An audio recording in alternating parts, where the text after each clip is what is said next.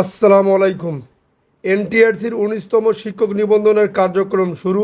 বিস্তারিত জানতে সম্পূর্ণ ভিডিওটি মনোযোগ সহকারে দেখুন, কেননা এটি একটি গুরুত্বপূর্ণ নিউজ হতে যাচ্ছে শিক্ষক নিয়োগের ব্যাপারে। বেসরকারি শিক্ষক নিবন্ধন ও প্রত্যয়ন কর্তৃপক্ষ বলছেন, এনটিআরসির 19তম নিবন্ধন পরীক্ষার কার্যক্রম শুরু করতে যাচ্ছে। এরই অংশ হিসাবে সিলেবাস প্রণয়ন ও হালনাগাদকরণ কমিটির সভা ডাকা হয়েছে।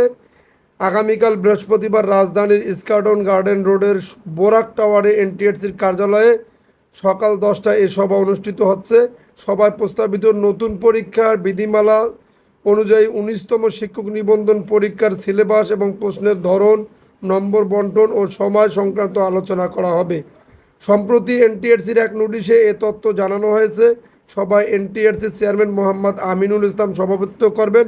জানা গেছে, বেসরকারি শিক্ষক নিবন্ধন ও প্রত্যয়ন কর্তৃপক্ষের এনটিআরসি এর শিক্ষক নিবন্ধন পরীক্ষার সিলেবাস প্রণয়ন ও হালনাগাদকরণ কমিটির সভা আগামীকাল বৃহস্পতিবার 11 সেপ্টেম্বর সকাল 10টায় এনটিআরসির চেয়ারম্যান মোহাম্মদ আমিনুল ইসলামের সভাপতিত্বে এনটিআরসির সভাকক্ষে অনুষ্ঠিত হবে।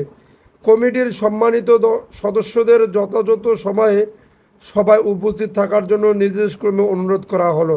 সভায় প্রস্তাবিত নতুন পরীক্ষা বিধিমালা অনুযায়ী 19তম শিক্ষক নিবন্ধন পরীক্ষার সিলেবাস এবং প্রশ্নের ধরন, নম্বর বন্টন ও সময় সংক্রান্ত আলোচনা করা হবে।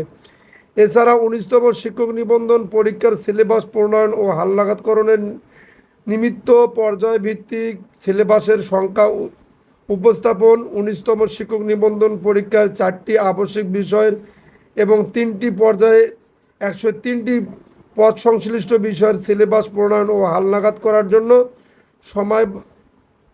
সময়বদ্ধ কর্মপরিকল্পনা প্রণয়ন ও কর্মশালার কর্মকৌশল নির্ধারণ বিষয়ে আলোচনা করা হবে।